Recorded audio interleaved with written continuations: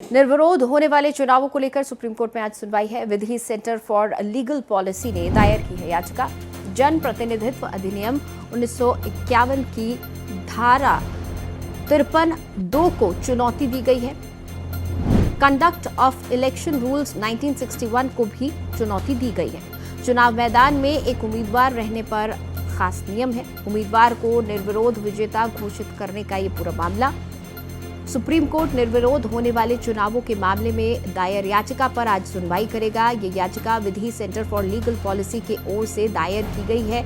याचिका में representation of people act की धारा 53(2) और कंडक्ट ऑफ इलेक्शन रूल्स 1961 के संबंधित प्रावधानों को चुनौती दी गई है। याचिकाकर्ता का कहना है कि अगर किसी निर्वाचन क्षेत्र में सिर्फ एक उम्मीदवार चुनाव मैदान में बचता है तो मतदाताओं के पास उस उम्मीदवार को स्वीकार करने या अस्वीकार करने का वास्तविक विकल्प नहीं रहता।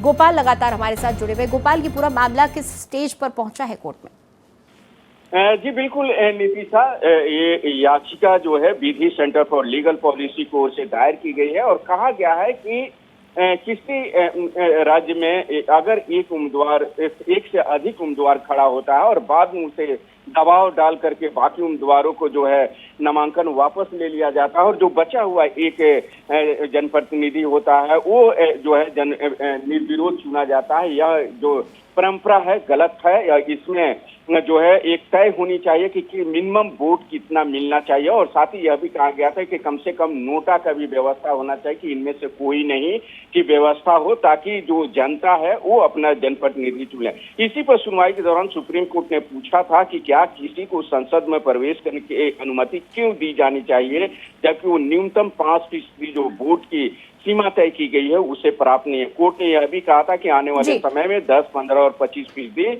मतदाताओं के वोट की सीमा को तय किया जा सकता है। ठीक है, बहुत शुक्रिया गोपाल इस तमाम जानकारी के लिए आपका।